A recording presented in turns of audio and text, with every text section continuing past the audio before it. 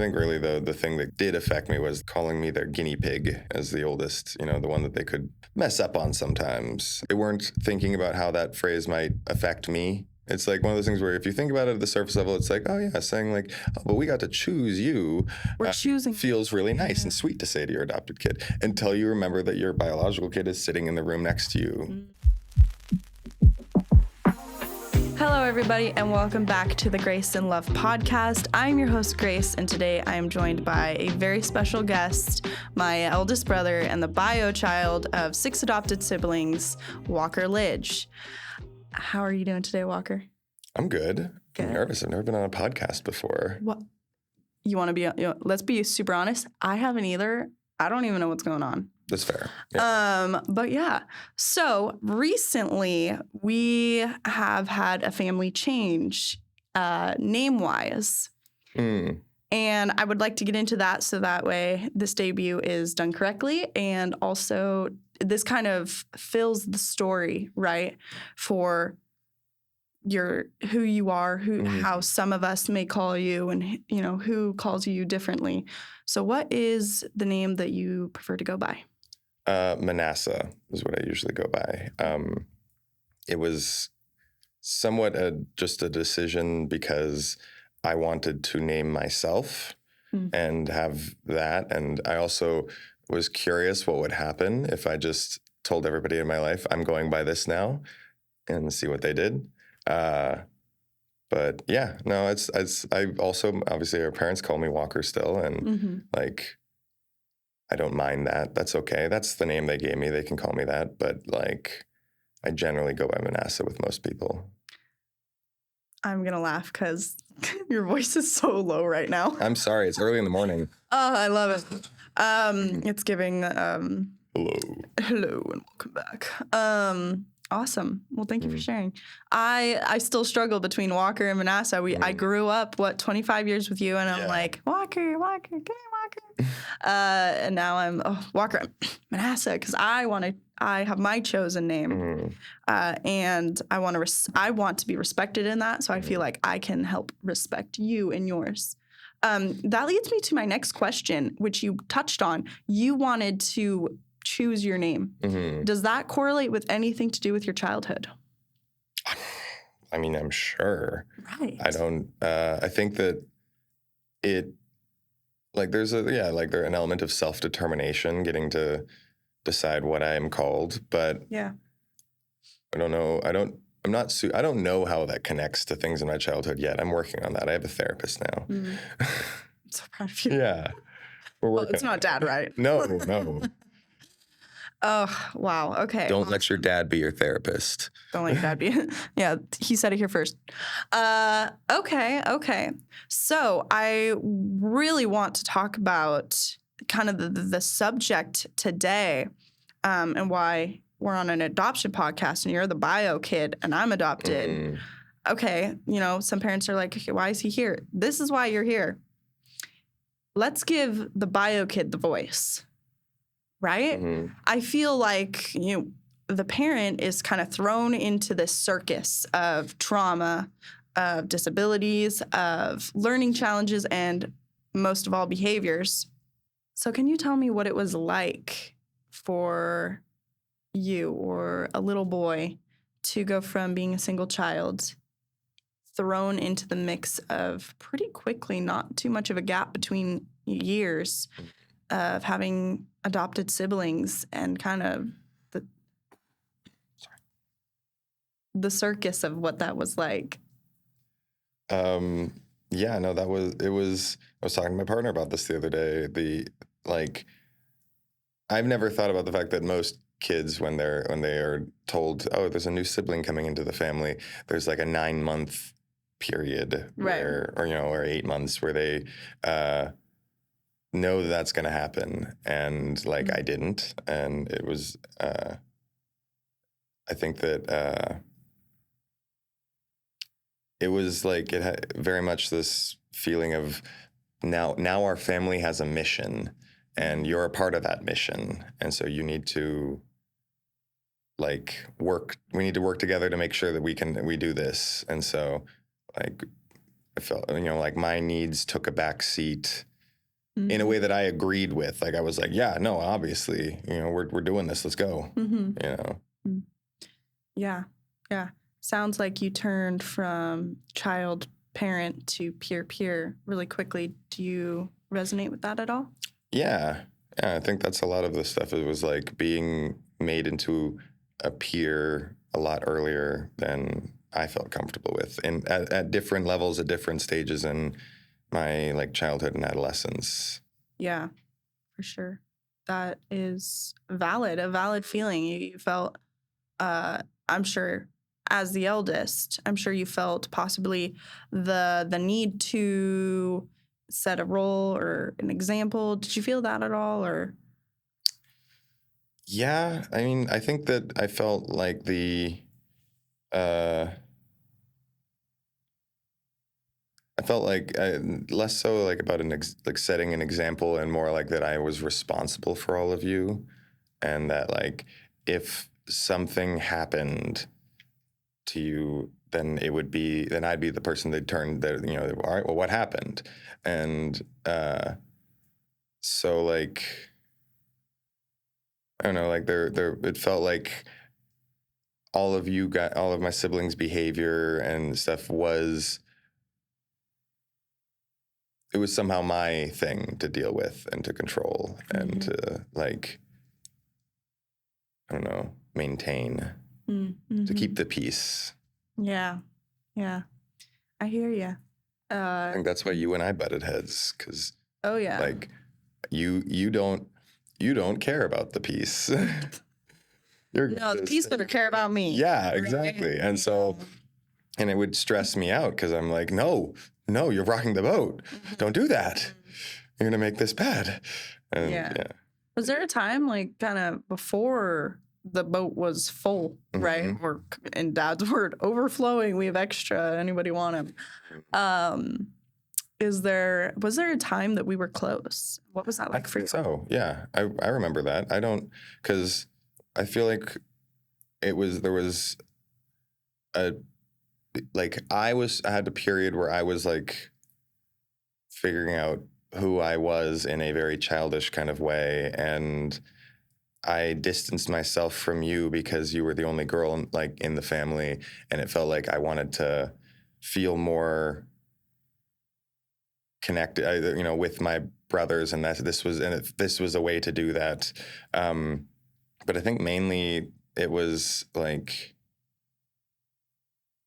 that the feeling of, as there were more and more kids coming into the family, there was like, I think that Mom and Dad didn't give you that same like feeling of burden over I think you have a different one. We've talked about that now. Like but like the similar feeling of like responsibility over all of these siblings, and so like the feeling of feeling like I need to control you was like a big theme, where I was like, oh no, I need to make sure that and it's like one of the themes in like getting to know you as an adult now has been like, oh, she's always been known what she was doing. Like, it's not that. Usually it's just like she's aware of something else or is doing something that I'm not seeing. And I'm thinking of like, don't rock the boat. Wait, no, that's the bad thing to do. And you're like, no, wait, look, it makes waves. Exactly. I love that you mentioned that, because one of my favorite memories is the backyard pool. Yeah. And taking our boogie boards in the shallow end together. Shaking I think when there was less siblings, like just the three of us, maybe even when Soren came along, like the four of us, we did a lot more stuff together. Yeah. Yeah. I think another time that I hold near and dear to our hearts was when the talks were always over and we were making the homemade videos with our first generation iPods. As soon as they had the camera, we're out there, An iMovie. I rewatched that recently, and I remember Nathaniel talk being hilarious, and you are behind this camera with zero sound experience, and you're just cracking up, dying. Oh, yeah. And he's like, the card, ooh. And you're like... We decided early on in that production there was going to be some fourth wall breaking stuff. Exactly. And it was fun, right? I mean, and we have this whole idea of how fun this was, right? The talks would come over. We'd hear them driving up the driveway. We'd all run out. Oh my gosh, the talks are here. And then we'd steal the kids and we'd run off with them and we'd go. Like, all right, here's the pages I wrote for today. I know, 5 acres. We would just have a blast, right? But if you really sit back and take a back seat here as an adult, where were our parents during that? Chatting with the talks parents in the living room. Right. Yeah. What is that? What's another word for that? Absent parenting. Right. It could be, yeah. I feel like though, I won't not levy that accusation or that thing against them. I will say, that there have been times, but I feel like also letting us play on our own with them, that was good too. It was fine. Yeah, I guess. Times when they're like leaving us to babysit, like leads you and I when we were really younger. Yeah. How old were you when you were first paid to babysit? Oh, when I was first paid or when I first babysat? Because that was 2 different things. First babysit then. I don't know. I can't remember. I probably watched you guys when I was like 7 or 8 for like, mom is going to hear this and then she's going to freak out and be like, oh, you never did that. I never. So I don't know. Maybe not, but I remember like there being like, I'm going to be gone for 5 minutes and we'll be back, kind of starting with that. And then like maybe you're like, it takes 5 minutes to get to the nearest gas station. Where are you going? Right. Yeah. Or like 11 or maybe between, 11 young was like when I was actually started babysitting and for like long periods. Yeah. So I paid $3 an hour plus $1 per kid. Do the math.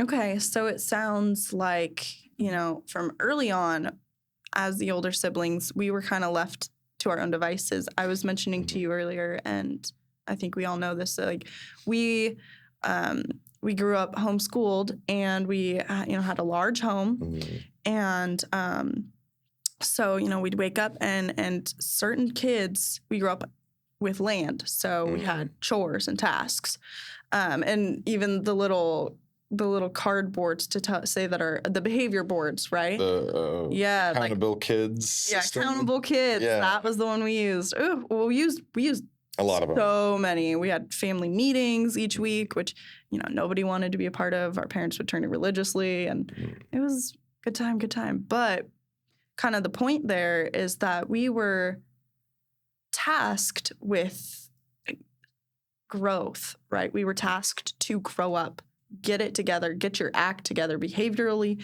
and task-wise, right? We were at 5 a.m. before school, we were out milking 2 goats in the morning, and then it was your choice. If you didn't milk that goat fast enough, you were smelling like goat all day at school, right? Oh, yeah. So there's kind of this sense in our family is that it was so large that our parents kind of, this is like a diagram for our visual, viewers. Listen to this on YouTube or come see it. We need the thing here, a screen. Here it is, right here. We're going to put a diagram. Little green screen.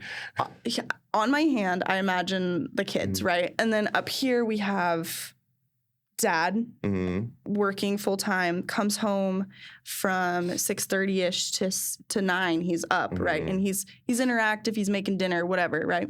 And then we have Mom with all of her side quests, side quests. A petting zoo of animals, the garden she was gonna do and never did, and then the garden she did do, and then running homeschool co-ops, bringing goats to homeschool things to have the kids milk them. Family businesses. All these different things, right? And so it kind of felt like the absent parenting was there, and we had to run the show. I remember very distinctly, David was breakfast, right? David made breakfast every day, and if we were going to school or homeschool, he, bless his heart, he loves to cook now. Always kind of has. But he would also make us like homemade bread. And that's like the peak of my childhood. Love the warm buttered bread. Yeah. Right. So he was breakfast. I remember being lunch or dinner, and you and me did lunch or dinner. And then there was like. I think it was a meal. I thought it was like.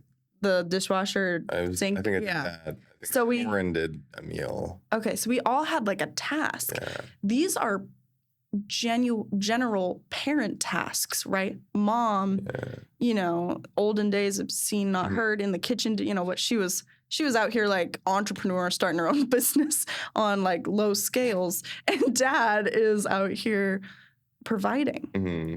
So we spent so much time providing for ourselves. I mean, I remember if we were hungry, go make a food. Mm-hmm. If we had time outside during the day when the cleaning days, we have an orchard. Yeah. You there's a hose out there. Like if you're thirsty, if you're hungry, you know what to do. So we were kind of left to our own devices for a long period of time. Mm-hmm. So I feel personally that there might have been a lot of absence there. I think so. I think that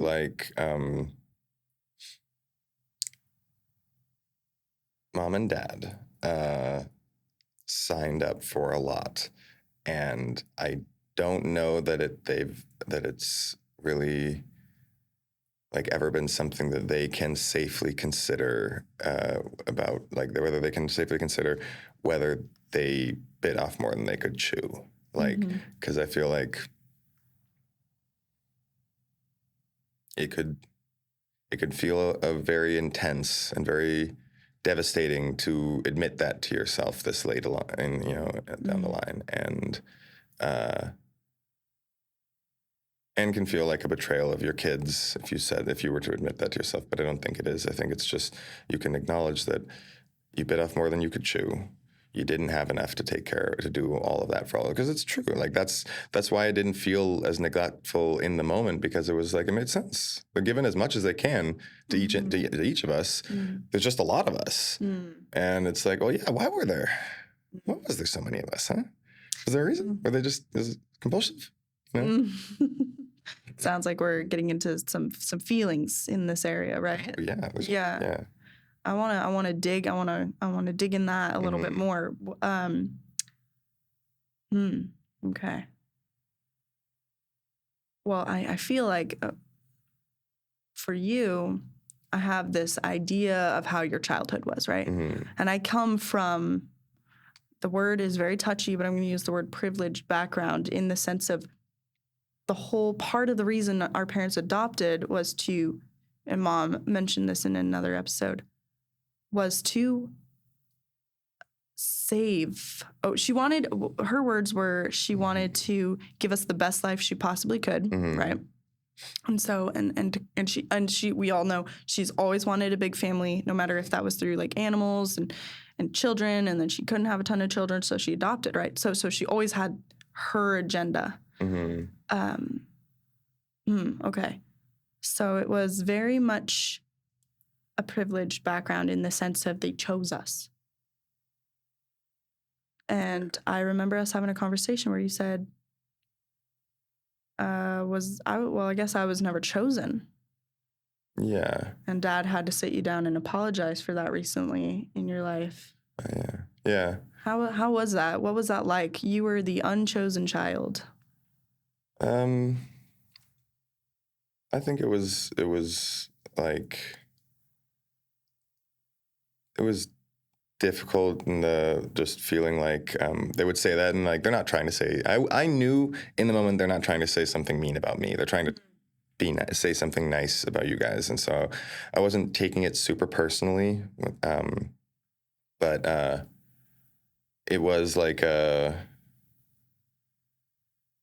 there was a feeling of like the issues that I have that might come up around me are like less something they signed up for. They're not something that this is an inconvenience on you having this whole issue.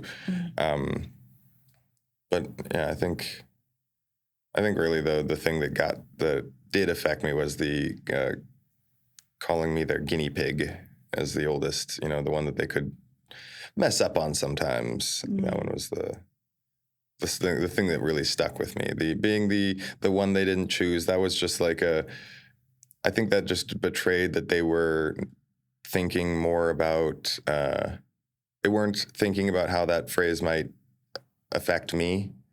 Like hearing it. Yeah. It's like one of those things where if you think about it at the surface level, it's like, oh yeah, saying like, oh, but we got to choose you. We're choosing. Feels really nice and sweet to say to your adopted kid, until you remember that your biological kid is sitting in the room next to you, Yeah. Ooh, that's deep.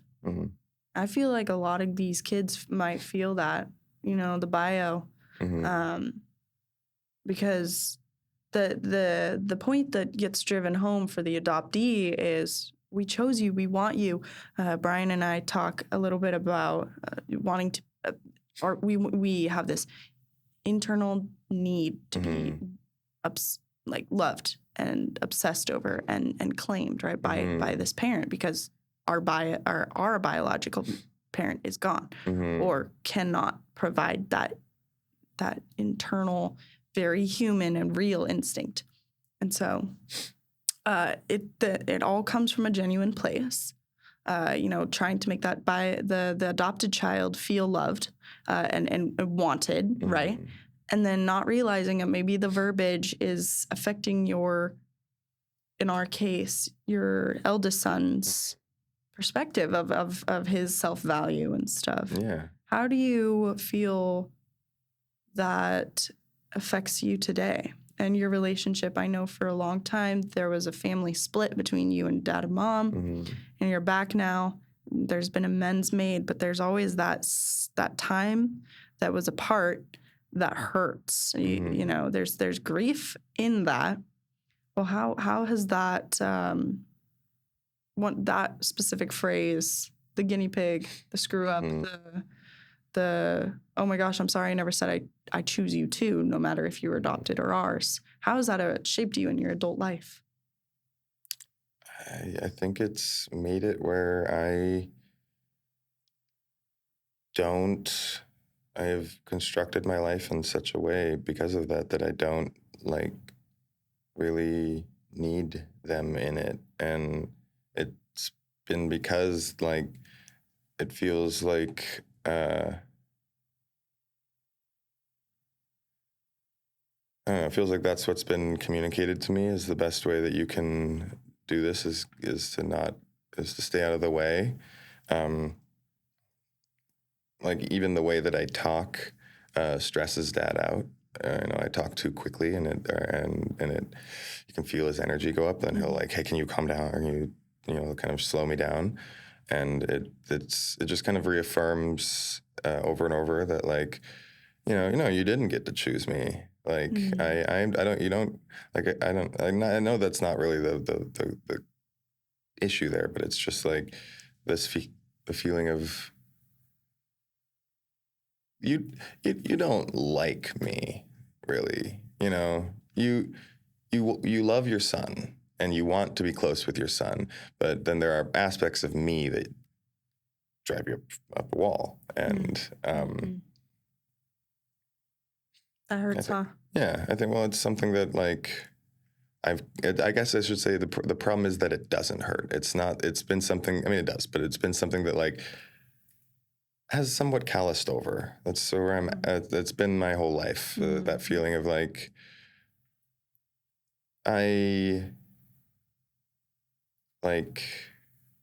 don't know, that I'm playing a role in this family that isn't necessarily the person that I am. There's the person that I am, and then there's this role that I play in the family, and those are two different things. And some people can really love the role that I play and actually not really care for the person, and other people can really like the person and not even know about the role. Okay.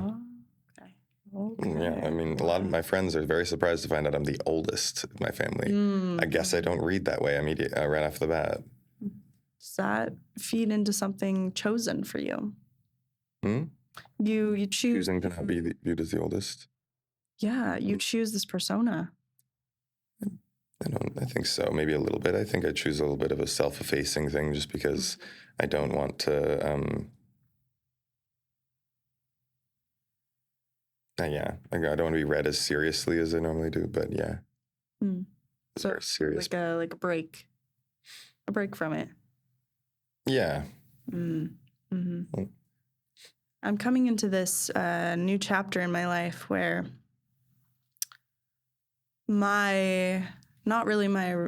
partly my level of religious views and our parents' very long-standing religious views are clashing. And I know that is true for you too. And I am feeling a strain in the family dynamic.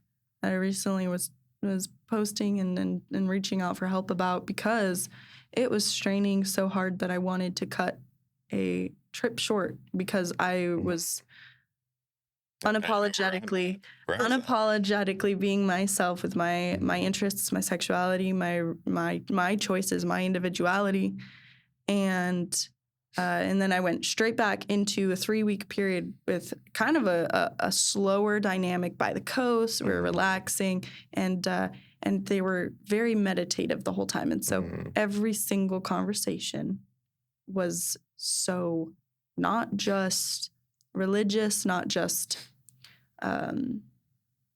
methodical. It was very much focused on me, and nothing of it was lighthearted. It was all very stressful, and I realized that my not really my blood pressure, but my energy was right, and I ended up crying a lot that trip, because I was like, oh my God, like I'm in physical pain because I'm holding so much stress and I can't get out.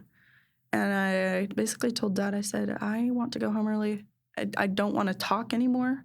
I'm overwhelmed and I'm triggered, and you have made this unenjoyable for me. And at that moment, I think there was a change in him just for a little bit, where he realized this. And he said, I'm sorry I make you feel that way. And to anyone else out there that have the change of sexuality or the change of relationship interests that go against the grind of your parents, like a couple of us in our family share, there's hope. There's community out there. There's the word chosen family, which I like to go back to, because a lot of people say, oh, family is blood. Not in our case, not even, right? Yeah. Family is chosen. All families are chosen. And I feel like that is what I'm still searching for. Yeah. Do you feel like that at all? Yeah, I think I felt it a lot more acutely earlier in life. I think I've found a lot of that. Like, I think one of the things that I noticed that I was looking for a lot in life was like a very masculine father figure. Like, there were a lot of like men in my life who were like, my friends' dads or things like that were having a very like polar opposite of our dad, masculine figure was something that I felt like I was craving in life. I think I like found that equilibrium where I'm like, okay, I feel like I've, gotten some of that influence as well. I think now I'm just like the family thing that I'm missing and craving, even though it is the one that I have, is siblings, like a close relation. That's why I want to be closer and with my siblings and build up like those longer term relationships because it's like those things where I do have siblings and I have relationships with them. But what I'm craving is having that long term deep connection that you get after being close with a sibling for a long time, and not taking like a 5-year break from it talking to them. And so that's, I do feel that, but now less so, I think. The 5-year break, that leads me into a question. I have my memory of this situation, and you have yours. I think we know where this is going.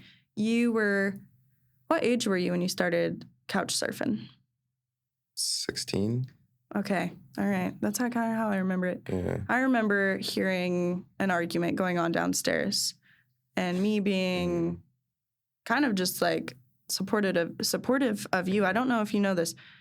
You are my favorite sibling. I mean, you are my favorite sibling, right? Because I've known you the longest. It was you and me, the two for so long. And so you are my favorite. Not supposed to say that as a mother, so I better go practicing for that in the future. But so I wanted to come down and defend you. I remember this feeling. I wanted to defend you. Come downstairs.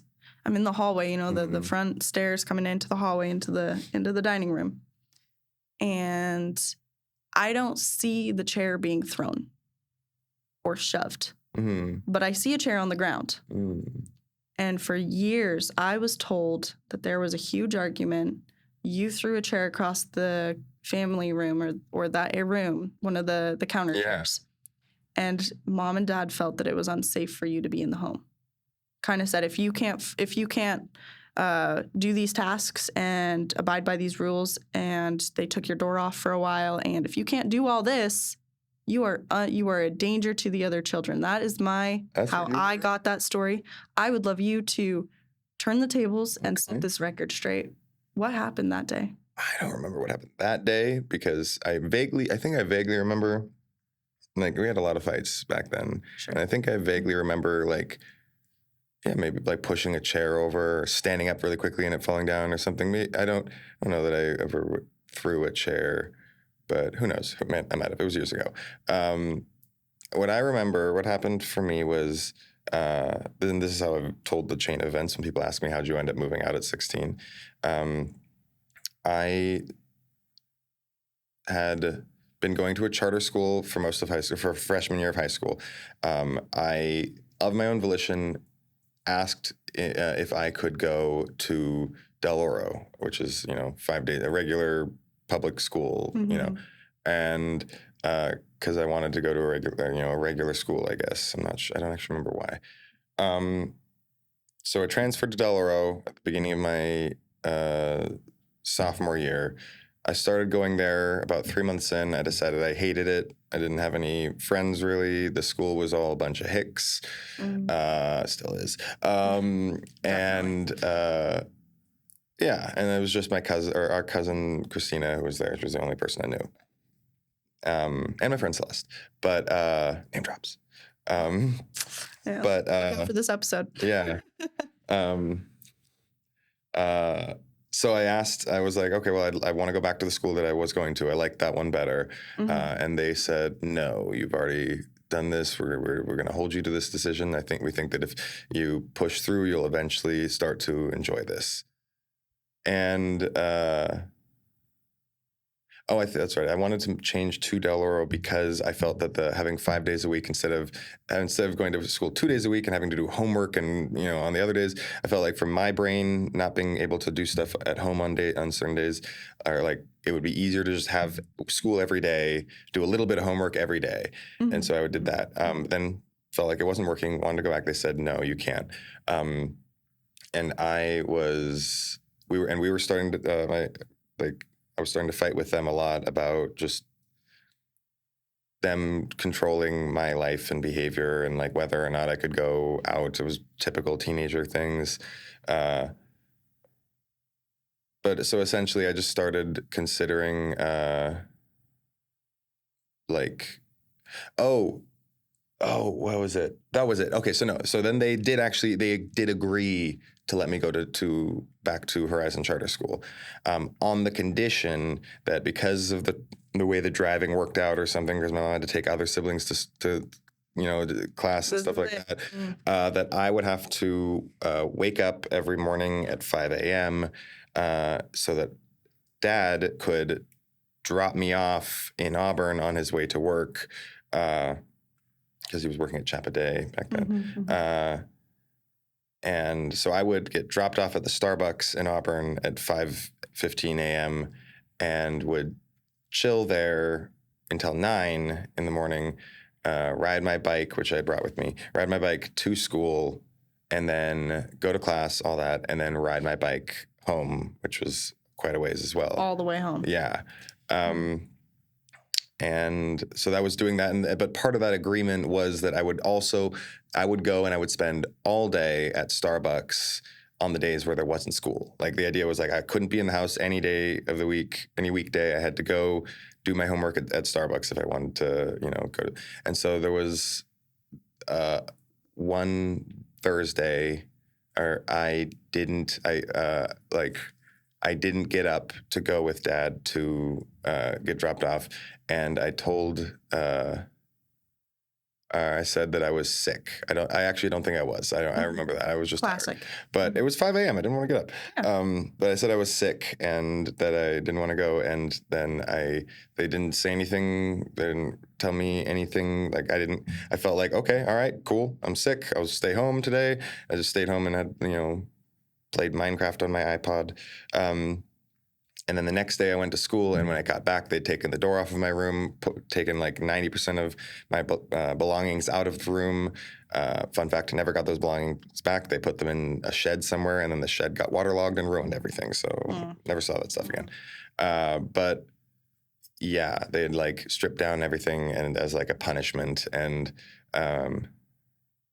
And so that was like, all right, I can't do this. I'm going to leave. And so I was considering running away. Then somebody that, a parent or what do you call it? Somebody that they went to for parenting advice. I talked to them and they talked me down from running away and convinced me to try to go aim for like emancipation. And then Mom and Dad agreed with me that to save me the trouble of having to get emancipated, they said, if you move out, we'll let you go to whatever school you want to, because that was the whole thing. Was the ride. Yeah, and so I was like, all right, hell, and I went and I slept on my friend's couch or in their guest bedroom, and went to the school I wanted to go to, and that's how I ended up moving out. And it's interesting to hear from the other side that they were. It's like, I'm sorry, but maybe I did throw that chair. They were pushing me to that. There was a very strong feeling of like, I don't have any room to breathe here. And it's interesting that they framed it as, I'm wondering now how much, like, how they painted you. Yeah, and also how it goes the other way. Have other things been painted to me differently than they actually happened? Yeah. This comes up to our recent topic of the things that are being said to our younger siblings that have been jarring to us, right? Yeah. And I think that the way things are being painted, the things that you told me about going on this recent family trip, and stipulations you had set in place with Mom and Dad, were painted to me very differently than what they had told you, and that they had confided in you and said something to you that when I was made aware, I was very triggered.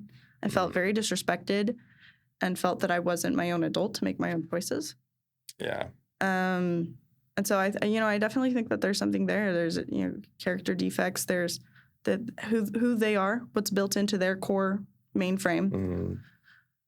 So what is it that if there is a pausing, what's the word? What is the word? Estrangement. Estrangement, is that the right? I don't know. You were estranged from a little bit from them. Yes, I was estranged. Okay. Yeah. So the word is estranged from them. But why do you keep coming back? Why the connection with the siblings? Because you guys are important to me. You guys are the connection to my past self too. Like, I spent more of my life around you guys than I have with any other people, any other person. You specifically. Given that you've been there the longest, and then like David and like just. Yeah, like that's something you put when you put that much time into somebody, it's kind of a waste to lose them. And I don't want to do that. And so I come back for that. Also, like with Mom and Dad, there's like a connection to the past there. Like, I went my whole life thinking that and telling everybody that our family was Colombian, and I'm part Colombian, and everyone's like, really? Wow, you don't look Colombian, and I'm like, I know, right? And it turns out it's because we're not.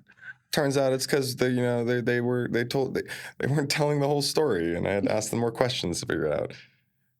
They kept saying we're Colombian. What they really and then Mom randomly mentioned that her mom and dad met on the boat from Spain. And I was like, wait, from Spain? Like, how are you Colombian if they are coming from Spain? And she was just like, oh, yeah, no, they got their Colombian citizenship. I was like, okay, you understand why that is misleading, right? Yeah. Citizenship is not like heritage. Mm-hmm. Yeah, so not claiming that anymore. Yeah.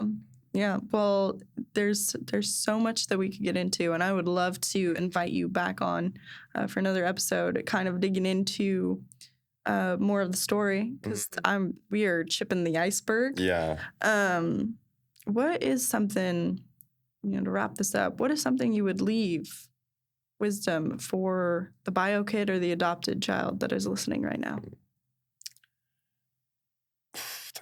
I think that given I've met a few bio kids, like the single bio kids in a family of all adopted kids like me, and I feel like one of the things that I really tried to impress on them that they seem to struggle to get is I feel like it can, for a lot of reasons, it can feel like your siblings are the problem. Like not like or like you're the problem or your siblings are the problem. Like there's something on this level that's going wrong. And it's like, no, usually your siblings, even if it doesn't feel like that all the time, your siblings are your best resource in life. They're your best friends, and they're going to like they're with you the longest. Yeah, they're the most they're the people who like are built in on your life, and you can only benefit by trying to be close to them and having them in your life. Even like understanding that if something's not working out, it's probably not like them and you. It's probably the grander dynamic that you're within that's creating an issue.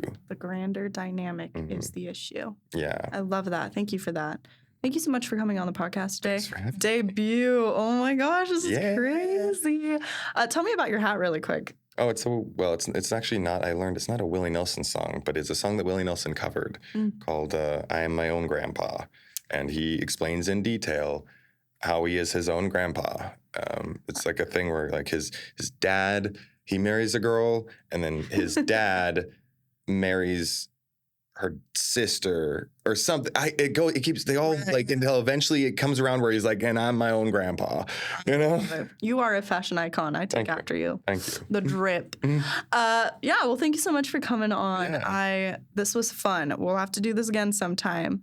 Again, thank you so much for tuning in to the Grace and Love podcast. If you would like more information about what we do, you can visit us. We'll see you there. Till next time. Bye.